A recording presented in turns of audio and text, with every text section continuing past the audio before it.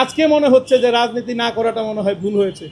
আমার দোকানে এখন যে ম্যানেজার আছে, আমার ব্যবসায়িক বন্ধু তুহিন সাহেব, তারও দোকান ছিল এই সিরিসেলের। তো তার এই দোকানটা বন্ধ হয়ে যাওয়ার কারণে আজকে তার এখানে চাকরি করতে হচ্ছে। এই ব্যবসায়ীদের এই দেশে কোনো মূল্য নাই। ব্যবসায়ীদের ব্যবসা করার মতন পরিবেশ এই দেশে এখনো তৈরি হয়নি।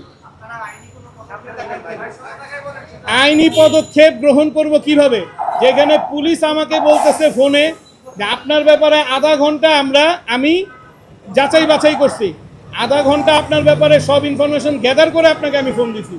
তো একজন থানার ওসি যদি আমার মতো একজন সাধারণ ব্যবসায়ীকে ফোন দিতে গিয়ে আধা ঘন্টা তার সময় লাগে আমার ব্যাপারে ব্যাকগ্রাউন্ড চেক করতে, সেই লোকের কাছে আমি গিয়ে আইনি সহায়তা কী পাবো? সেই লোকের কাছে তো আমি সহায়তা পাবো না।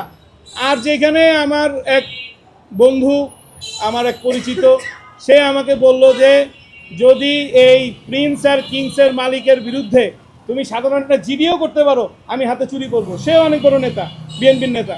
তো এত কিছু শোনার পরে আমরা তো ভাই ব্যবসা বাণিজ্য করি, আমরা ডাল ভাত খেয়ে বাইচা থাকি, আমরা তো রাজনীতি করি নাই। আজকে মনে হচ্ছে যে রাজনীতি না করাটা মনে হয় ভুল হয়েছে।